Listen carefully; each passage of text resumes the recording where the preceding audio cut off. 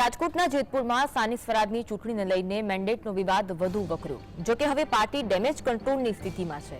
જયેશ રાદડિયાના અંગત એવા પૂર્વ જિલ્લા પ્રમુખ સુરેશ સખરેલિયાની ટિકિટ કપાઈ.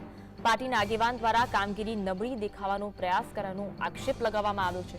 જયેશ રાદડિયાએ કહ્યું કે પાર્ટીના આગેવાનો અને કાર્યકરો જોમથી ચૂંટણી લડશે.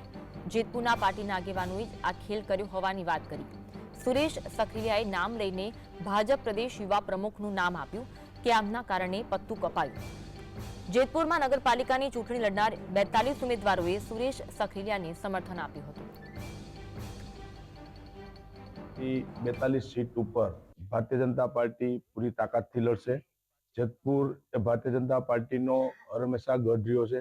સ્વાભાવિક રીતે અમારા જ અહીંથી કોઈ પાર્ટીના જ આગેવાનોએ જેતપુરની અંદર ભારતીય જનતા પાર્ટીનું નબળું દેખાય, જેતપુરમાં ભારતીય જનતા પાર્ટીની સત્તા ન બને એ માટે પણ પ્રયત્ન કરેલા હોય અને એના કારણે કે જ્યાં એક સીટ ઉપર મેન્ડેટ રોકી દેવાના પ્રયત્નો કર્યા, પણ કીધું કે એમાં કોઈ અમે વિચલિત થવાના નથી.